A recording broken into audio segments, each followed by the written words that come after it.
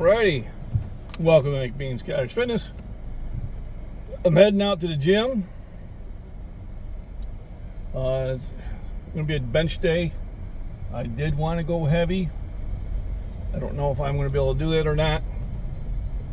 It all kind of comes down to, do I have a spotter? You know, if I want to go heavy, I do want to have a spotter. And last couple days I've been in the gym.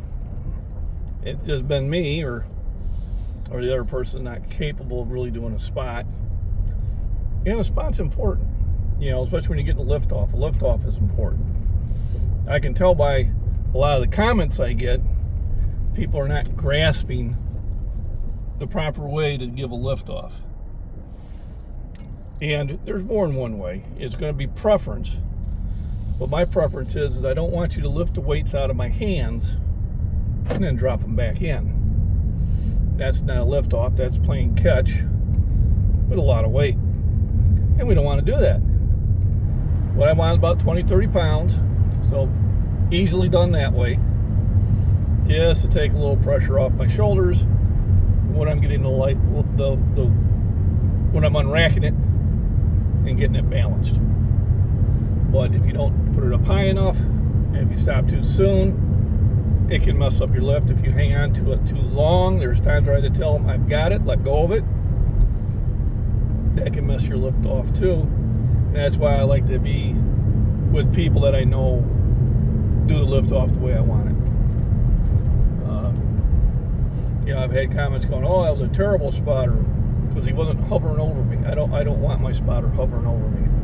I'm lifting weights I can handle, and they're close enough if they need to react. And it comes to personal preference, but I don't want you to sit there having your hands, you know, a quarter of an inch below the bar all the way down and all the way back up. I don't want them there because you're going to touch the bar. And you know, when you touch the bar, even if you don't really exert that much force, there's still a mental thing in there. So when people say, oh, it must be a fake lift because the spot, he wasn't really trying, he doesn't have to try. It's 20 or 30 pounds. All right? You don't understand what this game is. Even when you have people that are doing bigger weights than me, they don't want the person lifting 500 pounds. They want them lifting maybe 50. You know, and maybe 75 for the 600-pound benchers. They just want something to take the pressure off their shoulders on the initial unrack, because you are kind of behind you a little bit on the unrack. You're not in the position where you want to properly bench. You know, you're almost on a mini incline. So yes, you do want aid to get it off the rack that way. So depending on how I feel, which is always the case, and how the warm-up goes,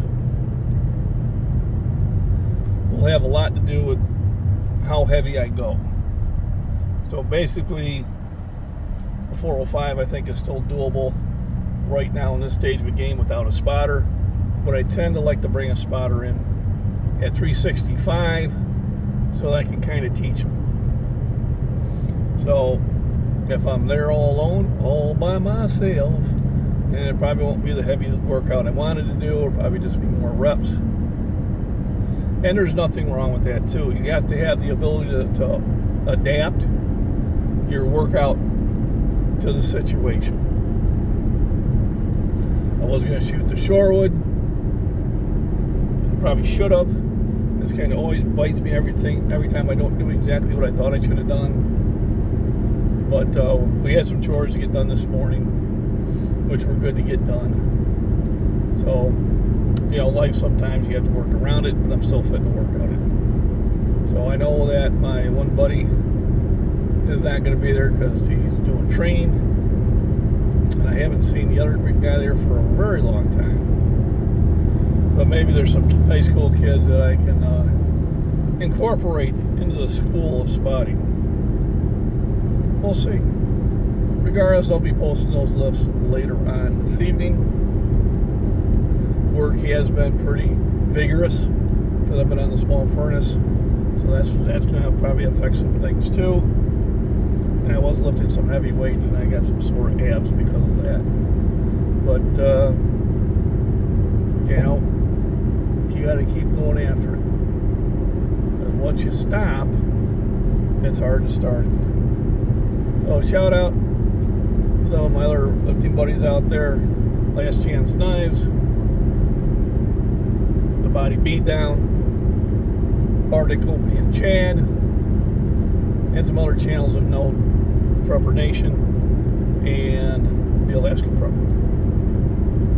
So those are the ones I kind of follow on a consistent basis. There are other ones that I will peek at every now and then,